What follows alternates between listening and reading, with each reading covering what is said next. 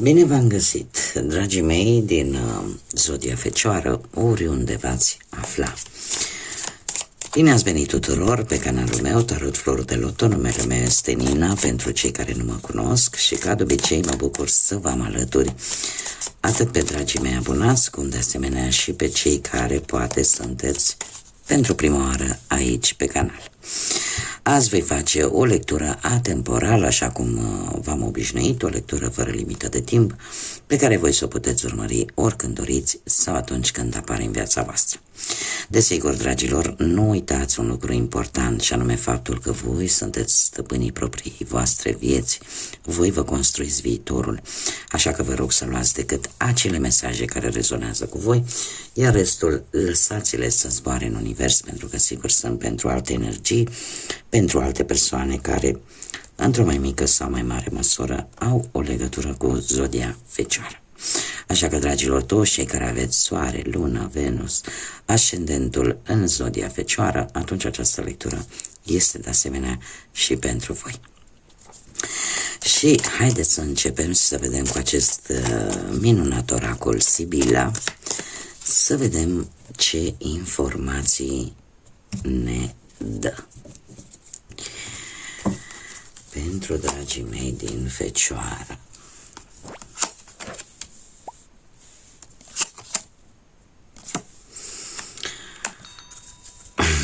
Dragilor, ați traversat o perioadă destul de, să zic așa,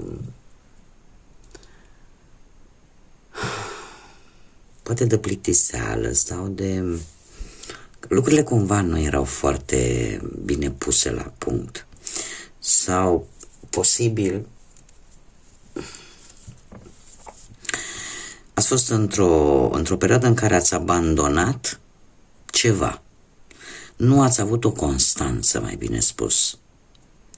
Dar parcă nimic nu era sigur. Parcă nimic nu era foarte palpabil. Dar cumva a existat o perioadă de situații ori foarte plictisitoare, care nu au prezentat un anumit interes pentru voi și neprezentând interes, așa cum au venit, așa s-au dus. Sau poate voi nu ați fost foarte hotărâți vis-a-vis de o anumită situație. Avem, de asemenea, pe cineva, probabil, în viața unora dintre voi, o persoană amabilă, o persoană blândă, cinstită, în general cu calități destul de materne, care poate implica, desigur, chiar și o mamă, o bunică, o soră mai mare, da? Dar nu e obligatoriu, dar era cineva care are cumva aceste calități părintești.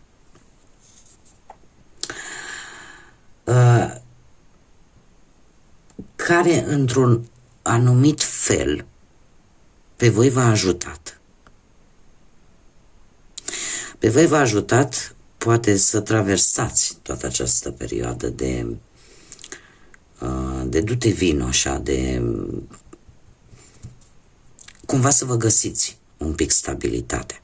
Pentru că această energie poate să fie într-adevăr cineva, chiar pe partea asta maternă, dar poate să fie chiar și o pereche. O pereche care să aibă aceste calități. Da? Și asta pe voi să vă ajute. Să vă aducă acea afecțiune de care voi poate aveți nevoie. Sau poate pur și simplu să redescoperiți sau să descoperiți acea dragoste necondiționată, care pleacă de acolo din suflet. Următoarea perioadă pentru voi se pare că un personaj brunet, ori cu părul negru, ori cu pielea cafenie, ușor cafenie, va avea o anumită importanță. Nu știu, ori că va aduce așa un soi de bucurie, ori vă va da încredere. Tind să cred, uitându-mă la aceste două cărți, că ar fi vorba posibil chiar de această energie, cu aceste instincte materne, cu aceste instincte de protecție, cu instincte părintești. Va fi cineva care efectiv va avea, cum să zic eu, va veni cu o schimbare esențială în viața voastră.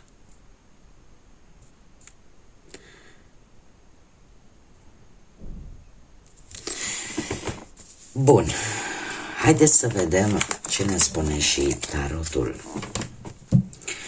pentru dragii mei din Fecioară. Ce vine pentru dragii mei din Fecioară în următoarea perioadă?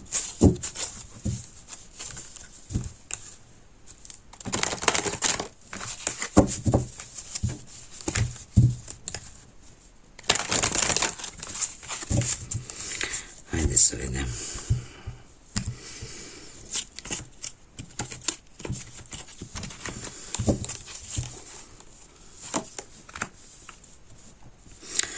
Da, dragilor, se pare că situația actuală ne vorbește de începutul unei relații pentru unii dintre voi cu acest as de cupe.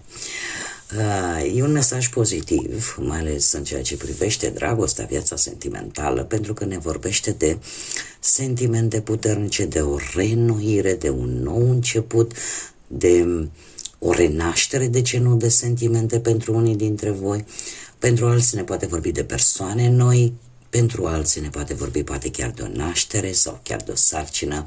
Cert este că ne vorbește per general de o conexiune tare profundă. Dacă vorbim de muncă, se pare că pentru unii dintre voi e posibil să fie apărut noi șanse de a avansa sau un nou job. Dacă vorbim de bănuți, e posibil să fie câștigat niște bănuți unde chiar nu v-ați fi așteptat.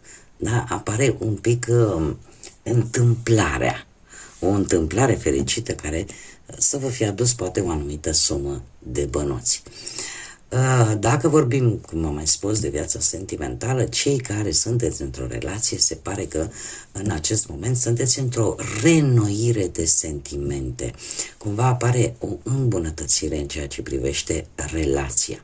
Cei care sunteți singurei, aș spune că sunteți la începutul unei noi relații foarte intense, cu foarte multe sentimente. Haideți să vedem și ce aveți în contra, în favoare, ce puteți controla și ce nu. Dragii mei, ce nu este în favoarea voastră? Un doi de monede. Ce vă poate vouă juca în contra voastră este, cum să spun eu, ideea aia de a încerca să faceți mai multe lucruri odată. Sau ideea de a încerca să țineți în echilibru două situații, două relații, două lucruri, indiferent de ce aspect al vieții vorbim. Lucrul ăsta va juca cumva în contra voastră, nu va fi în favoarea voastră. E posibil, nu știu, poate să vreți să țineți două joburi. Mai bine, cel puțin cartea asta îmi spune, și fiind pe poziția ce nu este în favoarea voastră, probabil că ar trebui să vă axați mai mult pe un anumit job, pe cel care e cel mai important pentru voi. Dacă vorbim, nu știu, de bani, nu este un moment să investești în 15.000 de locuri, da? Sau să faceți speculații. Să fiți un pic mai atenți la ce bănuți intră și la ce ies, pentru că se întâmplă să pierdeți din vedere acest lucru și asta să se întoarcă cumva în defavoarea voastră. Dacă vorbim de viață sentimentală, e posibil ca unii dintre voi să încercați în măsura puterilor voastre să împăcați și capra și varză, adică și relația și munca. Dar totuși se pare că aici una din ele are de suferit. și mai ales că vorbim de viața sentimentală în pereche, e posibil ca relația să aibă de suferit. Da? Adică e o situație în care trebuie să vă axați decât pe ceva anume. Da? Să nu vă împărțiți în 20.000 de locuri. Chiar și cei singuri. Cumva voi puteți să ziceți din gură sau să gândiți, știi, o să-mi fac timp să găsesc pe cineva sau o să-mi fac timp pentru cutare lucru. Dar rămâne decât în faza de proiect. Da? Așa că sau să aveți senzația că pot să mă descurc și cu treaba asta și cu treaba elaltă. De fapt, se pare că nu prea se poate, cel puțin nu în acest moment. În schimb, paradoxal, ce este în favoarea voastră, avem un 5 de monede de care toată lumea fuge. Nu? O carte cu o energie negativă pe o poziție pozitivă, ce este de fapt în favoarea voastră. Dragilor, se pare că toate adversitățile, chiar și materiale, chiar și poate pierderea unui job, poate chiar și sentimentul de singurătate, paradoxal, pentru voi, va juca un rol foarte favorabil. Și o să-mi ziceți, cum, Doamnă, cum să joace dacă astea sunt chestii negative? Se întâmplă de multe ori să trecem prin lucruri foarte negative, ca pe urmă e acel șut în fund pe care ni-l dă Dumnezeu, Universul. Cine vreți voi? Modalitatea aia dură în care ți se atrage atenția și ți se spune, știi, trebuie să te trezești. Trebuie, poate, să ieși dintr-o anumită, nu știu, situație toxică, relație toxică. Da? Lucrurile astea, cumva, vor juca un rol favorabil pentru voi. Și acum, de ce? Pentru că veți descoperi că nu sunteți singuri. Veți descoperi că chiar și acele probleme materiale nu e ceva care să nu poată fi rezolvat. De ce? Pentru că există persoane lângă voi care vă pot ajuta și pe care vă puteți baza. Nu știu, și dacă vorbim pentru unii care poate pierd locul de muncă. Deci la fel, puteți avea un ajutor și puteți obține un job poate mai bun decât ăla pe care l-ați avut. Și cu siguranță va fi așa, pentru că această carte negativă pe o poziție pozitivă va scoate tot ce e mai bun din niște lucruri pe care aparent le vedem negative. Este adevărat că este o carte care ne vorbește foarte mult de partea asta materială, da?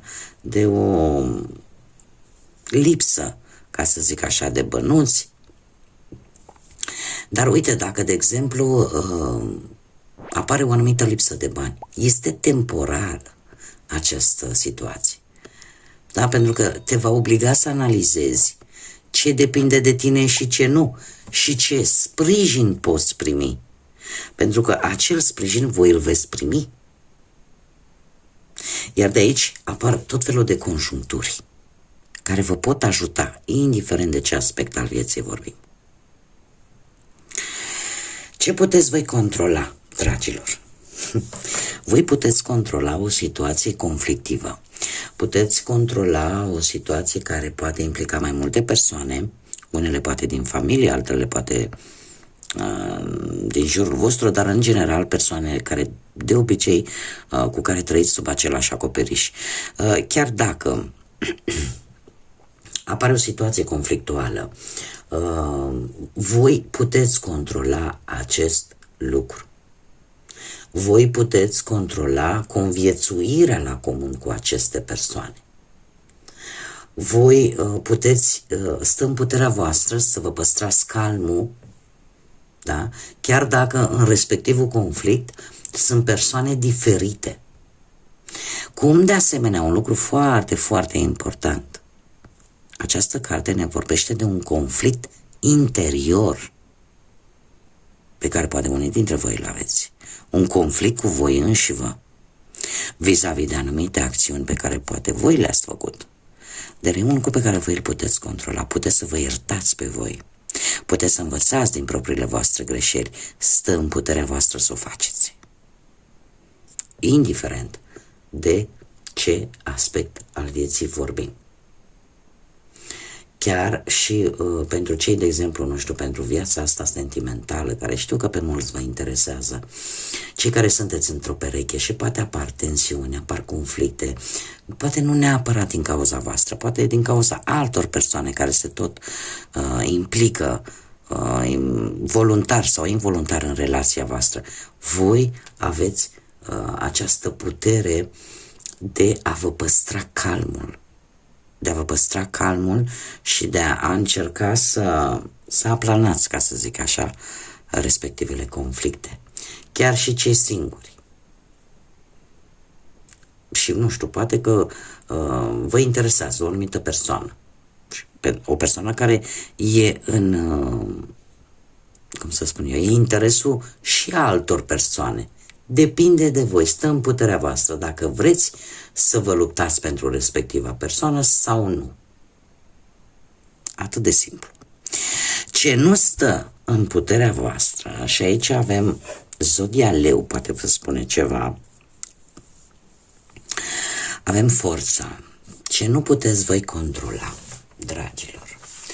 Păi voi nu puteți controla de multe ori, probabil, sau vă este un pic mai dificil, sau cel puțin în următoarea perioadă, voi nu puteți controla acea forță interioară. Acea forță interioară care să vă ajute cumva să aveți o comunicare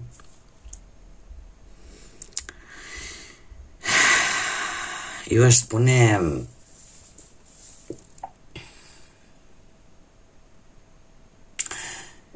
este foarte interesant pentru că intră cumva într-o contradicție aceste două cărți. Dragilor, ce nu puteți voi controla, voi nu puteți controla șansele și norocul. Și am avut așa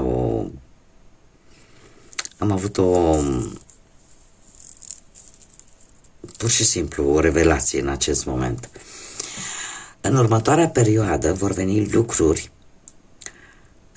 la care probabil că nici voi nu v-ați fi așteptat, dar vor veni lucruri pornite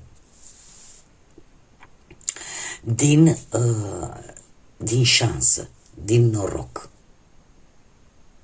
E posibil, nu știu, unii dintre voi să achiziționați ceva de valoare fără să vă planificați mai mult. Pur și simplu vă apare și pur și simplu spui, asta trebuie să fie al meu. Ține foarte mult de șansă și ține foarte mult de noroc. În următoarea perioadă, și nu depinde de voi acest lucru, veți avea o reușită pe care nici măcar nu o gândiți. În schimb, ceea ce voi nu puteți controla și trebuie să aveți un pic de grijă, impulsivitatea. Veți avea anumite reacții destul de impulsive în următoarea perioadă, dar așa per total vor veni lucruri, ca să zic așa, asta ar fi singurul avertisment vis-a-vis de această carte și posibil să aibă legătură, cum am mai spus, cu zodia Leu, ori cu impulsivitatea unei persoane din Leu, ori pur și simplu cu impulsivitatea voastră. Veți avea momente în care veți avea o reacție destul de impulsivă. Nu trebuie neapărat să fie de mare anvergură. Haideți să vedem un mesaj pentru viața sentimentală. Vedem pentru cine sunt, pentru cei singuri sau pentru cei în pereche. Lasă-l să existe. Lasă respectiva situație să ajungă la finalul său natural. Probabil că unii dintre voi sunteți într-o anumită situație sentimentală, indiferent că sunteți singuri sau în pereche,